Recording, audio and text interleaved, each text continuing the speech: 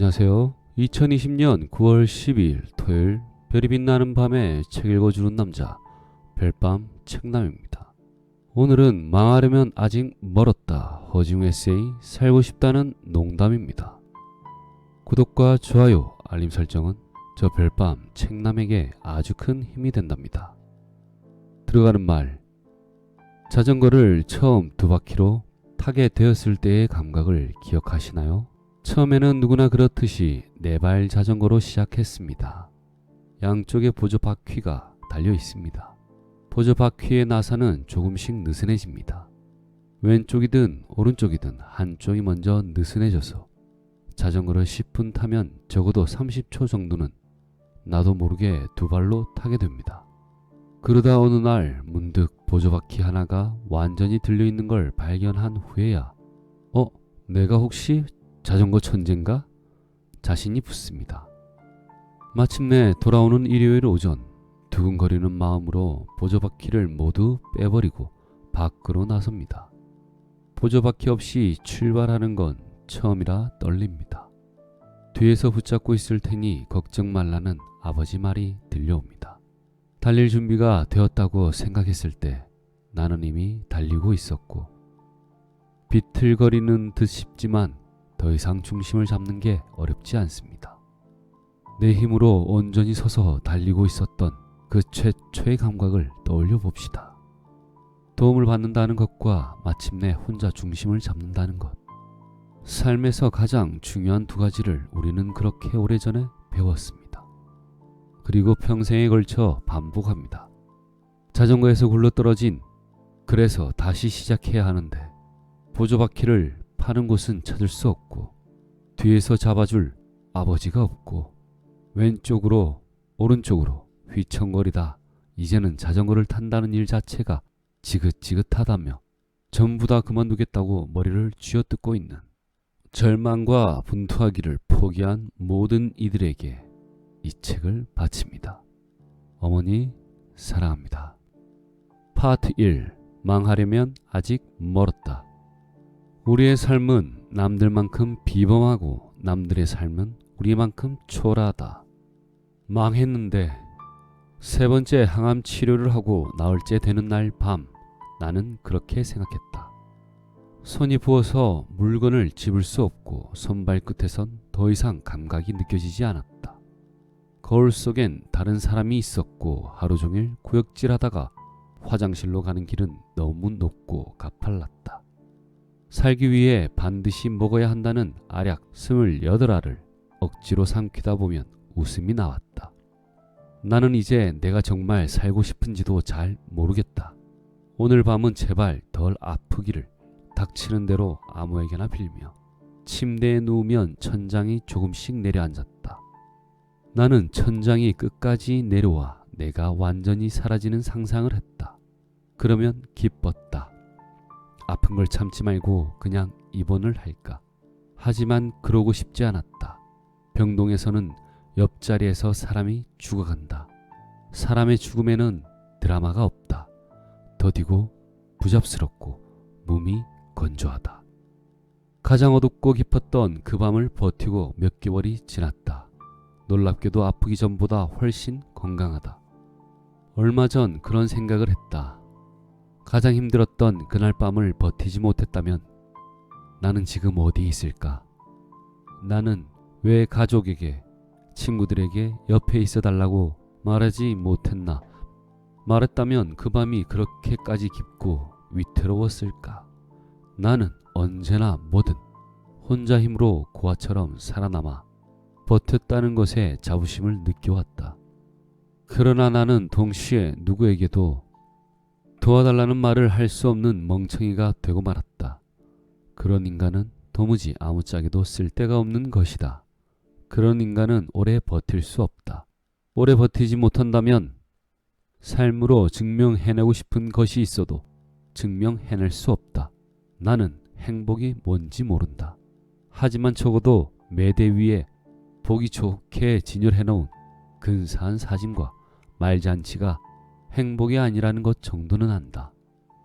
아마 행복이라는 건 삶을 통해 스스로에게 증명해 나가는 것일 테다.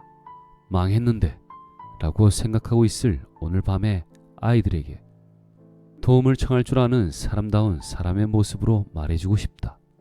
망하려면 아직 멀었다. 우리에게 필요한 건 결론이 아니라 결심이다. 혈액 종양내과 병동 무균실에 입원했다. 항암, 합병증으로 인한 고열이었다. 입원할 때만 해도 앞으로 한 달 이상, 그러니까 병동에서 생일과 크리스마스와 새해를 모두 보내고도 한참 있다가 겨우 퇴원할 수 있으리라고는 생각지도 못했다. 항암 치료는 이미 시작한 후였다. 앞으로 닥쳐올 항암 부작용이 두렵다기보다 궁금한 때였다.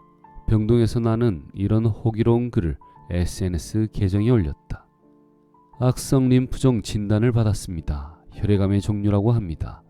붓기와 무기력증이 생긴 지 좀 되었는데 미처 큰 병의 징조라고는 생각하지 못했습니다. 확진까지 이르는 요 몇 주 동안 생각이 많았습니다. 그나마 다행인 건 미리 약속된 일정들을 모두 책임지고 마무리할 수 있었다는 점입니다. 마지막 촬영까지 마쳤습니다. 마음이 편해요. 지난주부터 항암 치료를 시작했습니다. 버티는 삶에 관하여에서 말씀드렸듯이 저는 함께 버텨나가자라는 말을 참 좋아합니다. 삶이란 버텨내는 것 외에는 도무지 다른 방도가 없기 때문입니다. 그렇다면 우리 모두 마음속에 끝까지 지키고 싶은 문장 하나씩 담고 함께 버텨 끝까지 살아냅시다. 이길게요. 고맙습니다. 이길게요의 마지막 모음이 동그랗게 말린 입술 끝에서 아직 완전히 사라지기 전에 나는 벌써 침상 위에서 방금 분명히 잠들었던 것 같은 고양이 마냥 펄떡거리고 있었다. 아팠다. 모르핀도 소용이 없었다. 나는 속으로 비명을 질렀다. 질게요. 질게요. 질게요. 질게요. 질게요. 어찌됐든 내가 얼마나 아팠는지에 관한 이야기 따위를 하려는 건 아니다. 무균실에서 일반 병동으로 옮긴 이후 많은 사람을 보았다. 비참했다. 살 수 있을 것 같은 사람은 단 한 명도 없었다. 하루의 절반 동안 주사를 맞고 있어야 했다. 시퍼렇게 된 양쪽 팔에 더 이상 주사를 맞을 혈관을 찾을 수 없어서 발목과 사타구니를 헤집기 시작했을 때 나는 처음으로 이렇게 살아서 뭐하나 라는 생각을 했다. 그 와중에 유독 내 신경을 긁는 환자가 있었다. 60대 아저씨였다. 입원하던 첫날만 하더라도 저 아저씨가 어디가 아픈 건가 싶을 정도로 시끄러웠다. 쾌활함과 불쾌함의 경계라는 게 있다면 그걸 애써 설명하려 드는 것보다 이 아저씨를 5분 동안 지켜보는 편이 빠를 것이다. 나는 그를 사무실의 무솔리니라고 불렀다. 무솔리니는 한파가 절정에 이른 새벽에도 자기가 더우면 병실에 보일러 전원을 내렸다. 약을 숨기고 내주지 않는다며 간호사에게 욕을 하고 소리를 질렀다. 바닥에 침을 뱉길 쓰고 식사 시간에 방귀를 뀌었다. 무솔리니가 가래를 모으느라 목을 긁으면 그걸 언제 어디에 뱉으려나 숨을 죽이고 눈을 감았다. 무솔리니는 그걸 바닥에 뱉거나 종종 그냥 삼켰다. 둘 다 싫었다. 무솔리니만 문제가 아니었다. 병실은 도처가 죽음이었다. 내 상태가 좋아질 리 없었다. 이제 겨우 첫 번째 항암이 끝났을 뿐인데 이걸 5번 더 해야 한다는 생각을 하면 아침에 깨고 싶지 않았다. 스트레스 때문에 생긴 병인데 방송판이 층간소음이고 악플러가 동네 양아치라면 이 병실은 노르망디 해변이었다. 새해를 넘긴 어느 날 아침 밤새 꽂고 있었던 링거팩을 교체하기 위해 간호사 한 분이 찾아왔다. 링거팩을 교체하고 아침에 먹을 약을 건네주었다. 약을 받아드니 냉소적인 미소가 입 밖으로 삐죽 튀어나왔다. 먹으나 마나 아픈 건 똑같은데 이걸 왜 먹어야 하는지. 그런데 간호사가 자리를 뜨지 않고 망설이고 있었다. 그러더니 웬 꾸러미 하나를 내밀었다. 고맙다고 말하고 넙죽 받았다. 간호사는 빠르게 사라졌다. 꾸러미 안에는 검은 털모자가 하나 들어있었다. 나는 꾸러미를 사물함 안에 밀어 넣었다. 그리고 침상에 다시 털썩 누웠다. 무솔리니가 다시 한번 파쇼 가르침을 뱉기 위해 목을 긁기 시작하길래 나는 얼른 돌아 누웠다. 처음에는 선물이라고 생각하지 못했다. 항암을 하면서 머리카락이 빠진 환자들에게 주는 일종의 환자복 같은 건가 싶었다. 그러나 이내 그게 말이 안 된다는 걸 깨닫고 선물이구나 하고 생각했다. 그러거나 말거나 내 머릿속은 온통 죽음이라는 결론으로 가득했다. 털모자라니 빠른 죽음이냐 느린 죽음이냐를 따지고 있는데 머리카락 한 올 남지 않은 머리를 가리고 말고는 고심할 만한 문제가 아니었던 것이다. 세상에 털모자라니 내가 얼마나 큰 실수를 저질렀는지 깨달은 건 정말 많은 시간이 흐른 뒤였다. 세 번째 항암 치료가 끝난 이후 집에서 통원하던 나는 항암 부작용의 종합 선물 세트와 같은 상태로 완전히 바닥을 찍었다. 밥을 먹으면 목구멍과 싸웠고 샤워를 하면 물과 싸웠으며 침대에 누우면 천장과 싸워야 했다. 처음부터 가족을 포함해 아무도 찾아오지 못하도록 조치해 두었기에 외로움도 시비를 걸어왔다. 그리고 마침내 지금은 그 밤이라고 부르는 날을 맞았다. 가장 위험했던 밤이었다. 임사체험이라도 한 게 아닌가 싶을 정도로 그 밤은 가파르고 신비했다. 그 밤에 관해서는 언젠가 다시 이야기할 기회가 있을 것이다. 그 밤을 지나 보내고 나서 나는 살아야겠다는 야심을 품었다. 아닌 게 아니라 처음에는 확실히 야심처럼 보였다. 하루하루 지날수록 야심은 희망이 되고 희망은 동기가 되었다. 그러고 나서야 정말 우연히 나는 그 털모자를 떠올렸다. 털모자를 생각하면 어김없이 창피하다. 나는 왜 제때에 제대로 고맙다는 말을 하지 않았는가? 요는 그렇다. 그리고 그 때문에 여전히 괴롭다.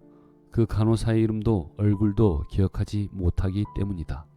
물론 꾸러미를 받아들면서 고맙다고 말했다. 하지만 그건 제때에 제대로 된 고마움이라 부를 만한 것이 아니었다. 그저 여태 살아오면서 스스로 자부했던 것처럼 다른 건 몰라도 먼저 인사하고 인사할 때는 확실하게 한다는 익숙한 원칙을 반복한 것뿐이었다. 그 털모자를 준비한 마음이 얼마나 드물고 귀한 것인지에 관해 나는 조금도 고려하지 않았던 것이다. 그저 죽음이라는 결론에만 몰두해 있었을 뿐이다. 그리고 그런 거대한 결론 앞에 다른 것들은 한없이 사소한 소음으로 전락하고 만다. 우리에게 필요한 건 결론이 아니라 결심이다. 이 말을 소리내어 중얼거리기 시작한 게 그쯤이었을 것이다. 언젠가 끄적거려 놓고서 이 말에 더 나은 쓰임을 찾을 기회가 있을 것 같아 아껴둔 문장이었다. 이걸 새삼 떠올린 건 내가 쓴 말이 너무 근사해서가 아니다. 스스로 전혀 이해하지 못하면서 그저 떠벌린 말에 지나지 않았다는 게 증명되었기 때문이다. 결론에 사로잡혀 있으면 정말 중요한 것들이 사소해진다. 결론에 매달려 있으면 속과 결이 복잡한 현실을 억지로 단순하게 조작해서 자기 결론에 끼워 맞추게 된다. 세상은 원래 이러저러하다는 거창한 결론에 심취하면 전혀 그와 관계없는 상황들을 마음대로 조각내어 이러저러한 결론에 오려 붙인 뒤 보아라, 세상은 이렇게 이러저러하다는 선언에 이르게 되는 것이다. 이와 같은 생각은 정작 소중한 것들을 하찮게 보게 만든다. 이와 같은 생각은 삶을 망친다. 거창한 결론이 삶을 망친다면 사소한 결심들은 동기가 된다. 그리고 그런 사소한 결심들을 잘 지켜내어 성과가 쌓이면 삶을 꾸려나가는 중요한 아이디어가 될 수도 있다. 사실 결론에 집착하는 건 가장 피폐하고 공공하고 끔찍한 상황에 처한 사람들의 가장 훌륭한 안식처다. 나도 거기에 있었기 때문에 확실하게 말할 수 있다. 죽음에만 몰두하고 있을 때는 다른 사소한 것들을 신경 쓰지 않아도 되었기 때문이다. 하지만 그렇게 다른 사소한 것들을 신경 쓰지 않고 있는 동안 나는 죽음 이외에 다른 건 아무것도 생각할 수 없는 사람이 되고 말았다. 그래서 나는 여러분에게 제발 거기 가지 말라고 말하고 싶다.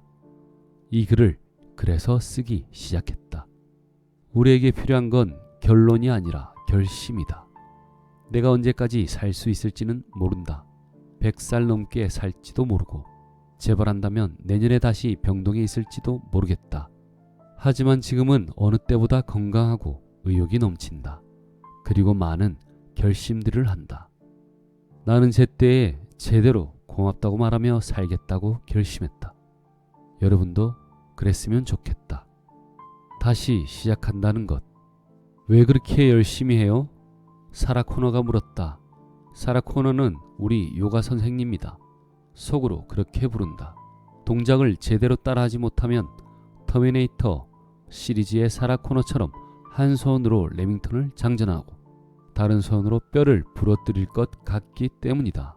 나는 잠시 멍해졌다. 대답이 준비되어 있지 않았다. 반에서 제일 못하는데 성실하기라도 해야죠 라고 얼버무렸다. 너무 애를 쓰는 것도 좋지 않습니다. 즐기면서 해야지 오래 할 수 있어요. 나는 고개를 끄덕였다. 요가를 할 때 내 표정을 스스로 본 적이 없지만 아무래도 앞에서 보면 가관인 모양이다. 베리트의 알 같을 거다. 며칠이 지나도 질문이 머리를 떠나지 않았다. 나는 왜 요가를 열심히 하는 걸까? 아닌 게 아니라 열심히 하고 있는 건 사실이다. 아무리 덜 떨어져도 성실하게만 하면 중간은 갈 거라고 생각했다. 지금 생각으로는 중간만큼만 할 수 있다면 영혼이라도 팔겠다. 뭐든지 중간만큼 하는 게 가장 어려운 법이다. 한동안은 하루도 빼먹지 않고 수련했다. 지금도 일 때문에 시간을 타협할 수 없는 하루 정도를 제외하면 일주일이 요가를 중심으로 돌아간다. 그렇게 4개월째다. 그러거나 말거나 여전한 요린이다. 다치기도 많이 다쳤다. 무릎과 발등이 까지고 고관절에 붙어있는 근육에 매번 무리가 와 절룩거렸다. 아시탄가가 아무리 전투 요가라지만 발가락이 벗겨지고 피가 나서 밴드를 감고 감다가 미라 같은 몰골로 엎드려 땀을 뚝뚝 흘리고 있으면 이러다가 병원에 돌아가는 게 아닌가 겁이 났다. 그러면 한 주 내내 슬럼프다. 상처가 벌어질까봐 동작이 엉망이고 기분도 우울하다. 앞 동작까지 제대로 했는데 다치는 게 무서워서 다음 동작을 대충 뭉개는 순간 사라 코너와 눈이 마주치면 마음이 참담하다. 무엇보다 모멸감이 든다. 성실하지 않은 사람이 된 것 같다. 왜 세계는 우리가 실수할 때만 주목하는가? 그래도 상처가 좀 나으면 그 다음 한 주는 꽤 괜찮다. 전에는 흉내도 내지 못했던 동작을 하나씩 잘하게 된다. 안 되던 동작을 하나 완성하면 그날은 세상이 아름답다. 평생 직장에서 집에서 글을 쓰고 살아왔다. 그와 같은 패턴으로 20년 가까이 살았으면서도 관절이 자유자재로 꺾이는 분들에게는 죄송한 말씀이지만 나는 숙명과도 같은 일자 허리와 거북목을 가지게 되었다. 허벅지 뒤쪽 근육인 햄스트링이 마지막으로 길게 늘어나 있었던 먼 옛날, 나는 유단자였다. 그러나 지금은 너무 짧아져서 햄스트링도 단증도 모두 잃어버린 기분이다. 도무지 일자로 펴지지를 않는다. 20대 때는 선임병들이 배수로로 끌고 가서 양쪽 다리를 잡고 찢었다. 지금 그렇게 하면 몸이 양쪽으로 찢어질 거다.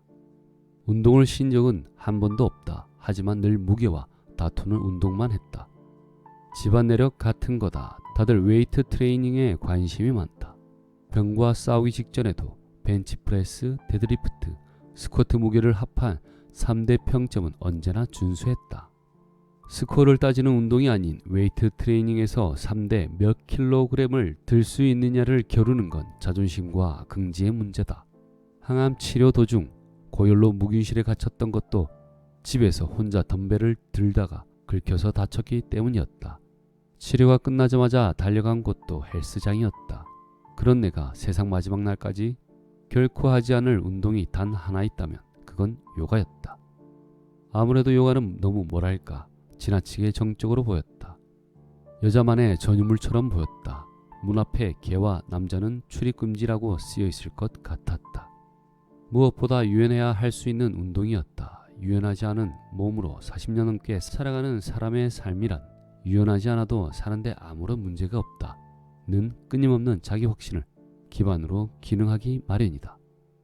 유연하지 않아도 사는데 아무런 문제가 없는데 내가 왜 요가를 하나?